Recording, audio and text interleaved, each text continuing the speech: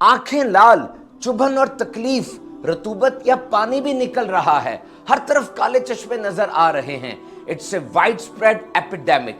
ये वबा अब फैलती चली जा रही है। याद रहे, बज़ाहिर अलामात तो एक जैसी हैं, लेकिन ये मुख्तलिफ बीमारियां भी हो सकती हैं। ये कंजंक्टिवाइटिस है, केराटाइटिस है, हेमोरेजिक कंजंक्टिवाइटिस है, ये ज्यादा बड़ी है, या एडिनो वायरल केराटो कंजंक्टिवाइटिस है, ये उससे भी बड़ी है। अब आपको हुआ क्या है, इसका फैसला तो एक मुस्तनद आंखों के डॉक्टर ही करेंगे। घरेलू टोटके आजमाना या फलां को वो बीमारी हुई थी, उसने जो ड्रॉप्स डाले मैं भी डाल लेता हूं, ये अप्रोच सही नहीं है। प्रिवेंशन एंड मेडिकेशन, हिफाजती तदाबीर क्या होनी चाहिए और अद्वियात कौन सी इस्तेमाल करें, ये ऑफ्थल्मोलॉजिस्ट यानी आंखों के माहिर डॉक्टर ही बताएंगे।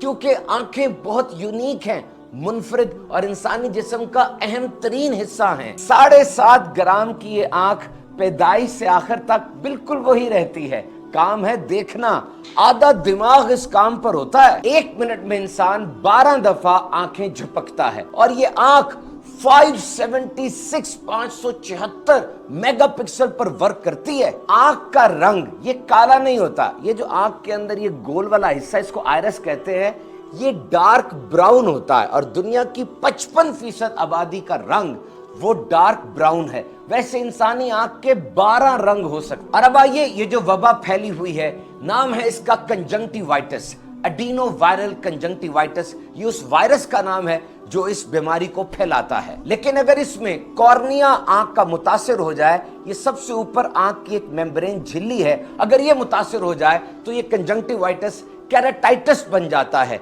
जिसका इलाज बहुत जरूरी है, वरना बिनाई मुतासिर हो सकती है। ये वायरल डिजीज है जो कि आमतौर पे 1 से 2 हफ्ते में सेटल हो जाती है। आहिस्ता आहिस्ता इसकी अलामात कम होती हैं, यानी आंखों की सुर्खी, आंखों से पानी का निकलना, आंखों में दर्द, और फिर ये खुद ही सेटल हो जाती है। याद रखिए, जो दवाई डॉक्टर ने दी, जितने दुरानिये के लिए दी, उतना दुरानिया जरूर दवाई इस्तेमाल करें। ये सोचेंगे कि अलामात बेहतर हो रही हैं, अब दवाई छोड़ दूं, ये सही नहीं है। ये वायरल से बैक्टीरियल ना बन जाए तो प्रोफिलैक्टिकली यानी डॉक्टर्स इस बात को देखते हुए कुछ एंटीबायोटिक भी प्रिस्क्राइब कर सकते हैं, लेकिन एंटीबायोटिक ड्रॉप्स वो सिर्फ डॉक्टर की हदायत से ही इस्तेमाल कीजिए। अब आइए प्रिकॉशंस यानी हिफाजती तदाबीर। मरीज की तरफ देखने से ये बीमारी नहीं होती। इसके फैलने की सबसे बड़ी वजह यह है कि जिस बंदे को ये बीमारी है, वो अपनी आंख को हाथ लगाता है या तौलिया लगाता है या तकिए को वो आंख लगती है और फिर किसी दूसरे बंदे की आंख तक वो जरासीम पहुंच जाता है। वही मुतासर शुदा तौलिया या तकिया कोई दूसरा शख्स इस्तेमाल करता है, तो अब उसको ये बीमारी लग सकती है। साफ और ताजा मामूली ठंडे पानी से आंखों को धोते रहिए। गर्द से अपनी आंखों को बचाइए, बार बार हाथों को धोते रहिए। स्याह चश्मा इस्तेमाल कीजिए। ऐनक के इस्तेमाल के बहुत से फवायद हैं इस केस में।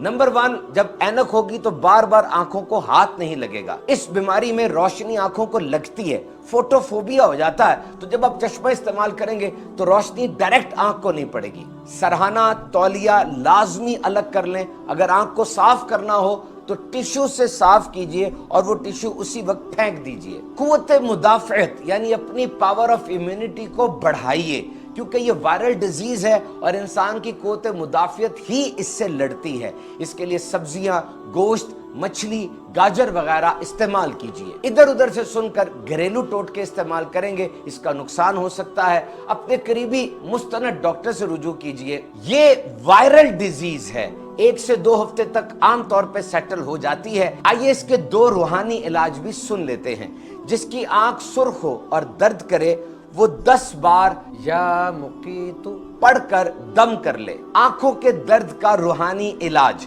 बुजुर्गों ने फरमाया कि फजर की सुन्नतों और फर्जों के दरमियान में 41 टाइम्स सूरह फातिहा पढ़कर मरीज पर दम करने से आराम हो जाता है और आंख का दर्द बहुत जल्द अच्छा हो जाता है।